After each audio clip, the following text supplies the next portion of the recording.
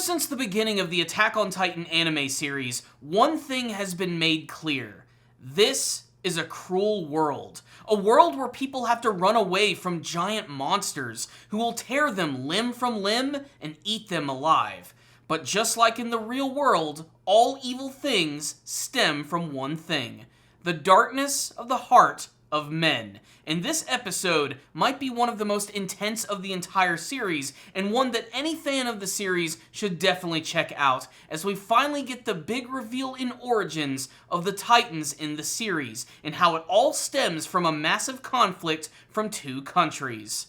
Hello my friends, and welcome to another review of the Attack on Titan anime series, and this is an episode that I've been waiting for with bated breath. An episode that will finally give us some true answers to the world of Attack on Titan, and I never expected that it would be anything like this. It's all tied to Eren's father Grisha, and you can only imagine the things that this man has seen and done, and the journey he's gone on in order to bring peace to the world as well as to his very lineage itself. To say that this was a fantastic episode would be an absolute understatement. There's a lot to take in this episode, and I'm going to do my best to actually summarize it and give my thoughts, so let's just go ahead and jump into this one. It's one hell of a doozy.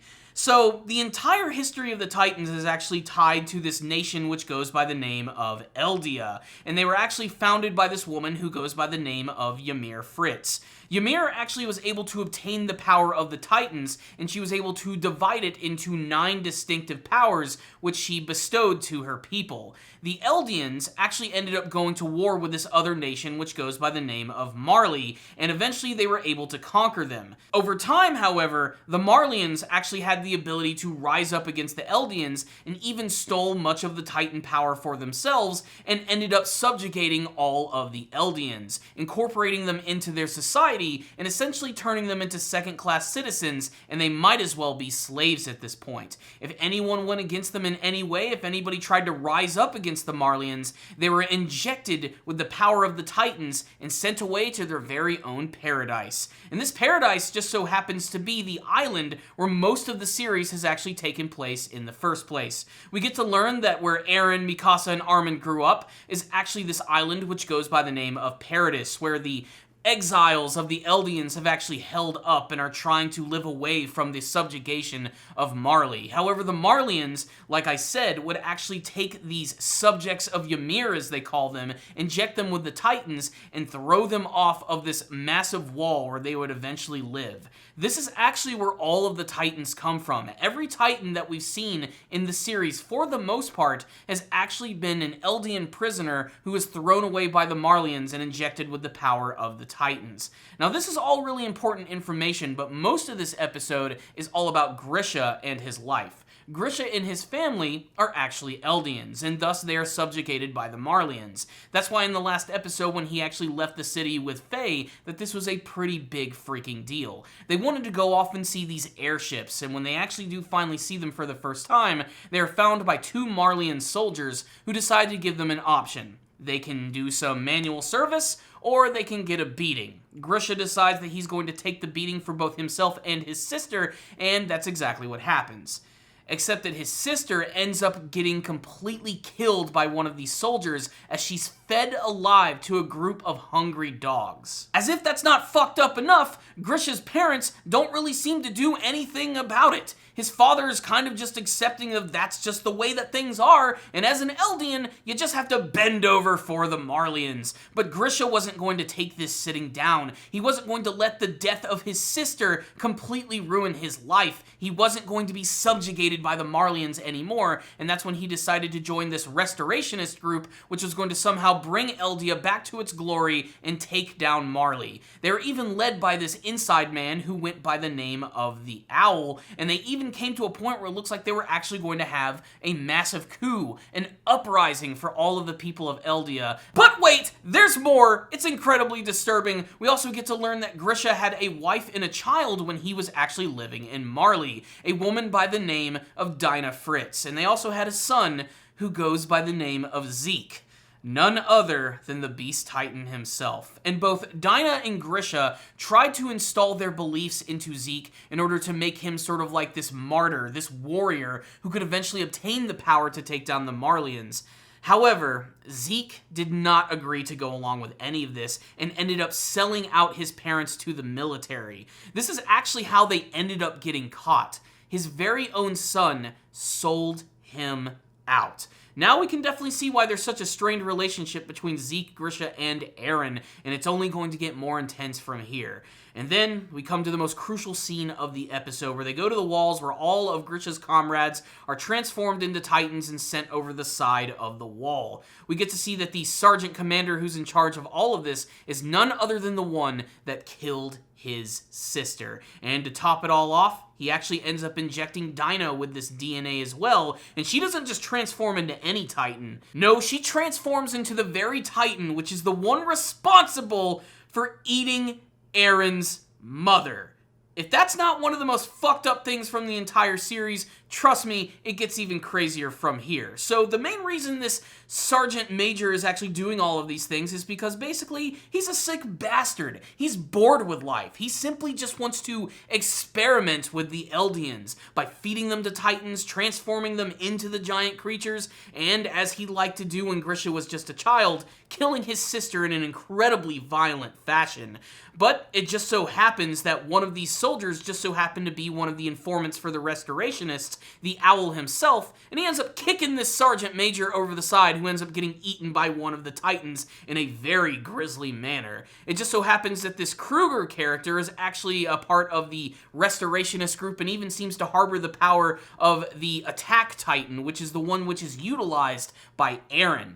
And he goes on the attack, he starts fighting against the other Marleyans, destroying one of their massive ships, and an ending which left me completely shocked. And that's just the Cliff Notes version of some of the shit that happened in this episode, the history of the battle between Marley and Eldia, and how Grisha was at the absolute center of all of it.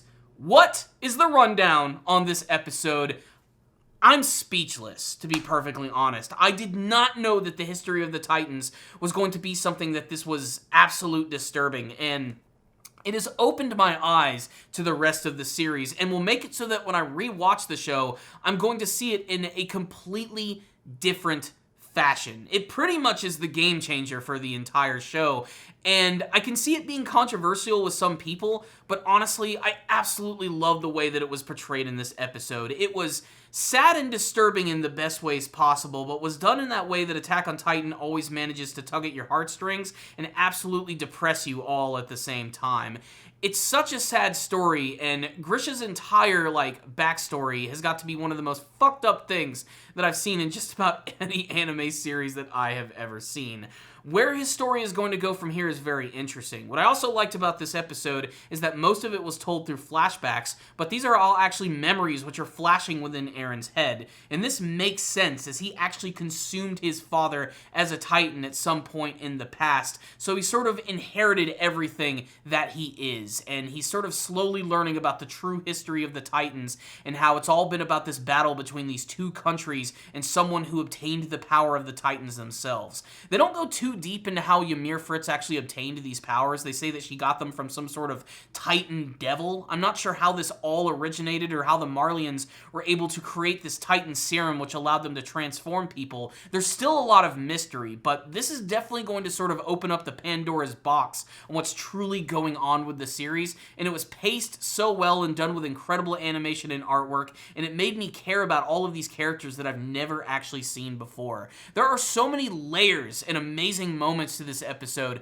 that honestly this review simply can't do it justice. You're just going to have to see it for yourself. All I know is, I never expected for Grisha's story to be this absolutely insane, but wow, did it absolutely blow me away. Whether it was the tragic death of his sister, the fact that his son sold him out, or having to watch all of his comrades get transformed into monsters. It's pretty obvious that after this episode, Grisha has had one hell of a life, and I can't wait to see how this is all eventually going to lead up to the story of where we are now, and it makes me wonder what's actually going on in the nation of Marley. Is there still a massive nation of people here? Are the Eldians going to rise again? What side will Eren be a part of? Is this going to be the beginning of a brand new war between these new nations?